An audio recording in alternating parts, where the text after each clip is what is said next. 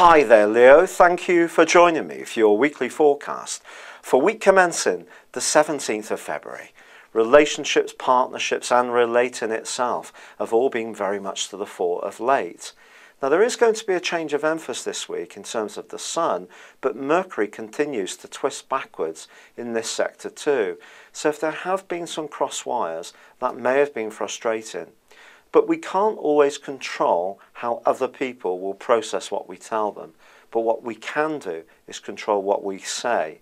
And with Mars and Mercury continuing to link through to the middle of this week, you can come across as someone who's earnest, passionate, and actually really enthusiastic about what you believe. So if you are involved in sales, marketing, or you work with the public, you can come across with an awful lot of charisma and charm.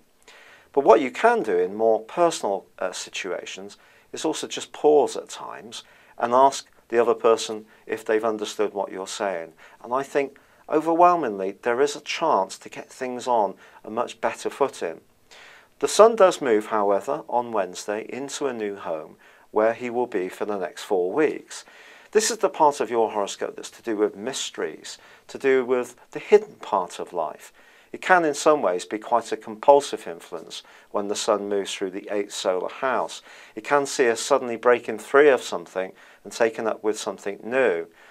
In a natal chart, a lot of 8th house can lead to a kind of obsessive sort of nature in some ways, but it does link with Neptune almost straight away. Now, in a more practical, prosaic sense, the Sun in this area is about finances, particularly joint finances and business. So if you are looking to raise some capital or forge a business partnership, you need to be absolutely clear about what each of you is going to do. Neptune can be a swirling, uncertain, confusing mix. And if you're looking for professional advice, I wouldn't listen to one point of view. Do a bit more of a research, and if you're also looking for different options of funding, you may be surprised by just how some of these can differ. So don't just take the first piece of information or the first offer you're given.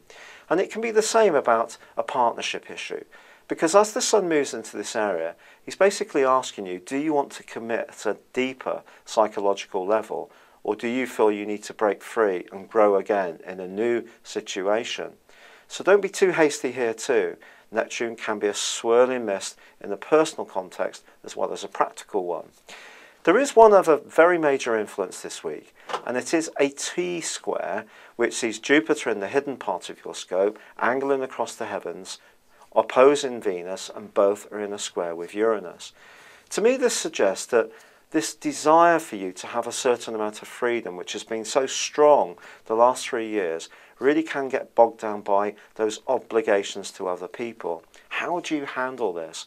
Well, one of the ways to do it is by communicating very clearly, and that means being able to listen to what other people want from you and assess what your boundaries and parameters are and reach agreements which are suitable for all sides.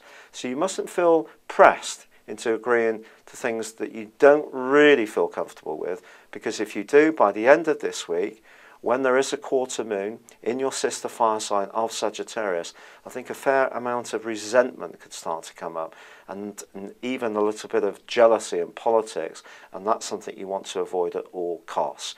But there is that opportunity to reach out and clarify things if you work hard on making sure that what you say is crystal clear. Thank you for joining me, good luck, and goodbye for now.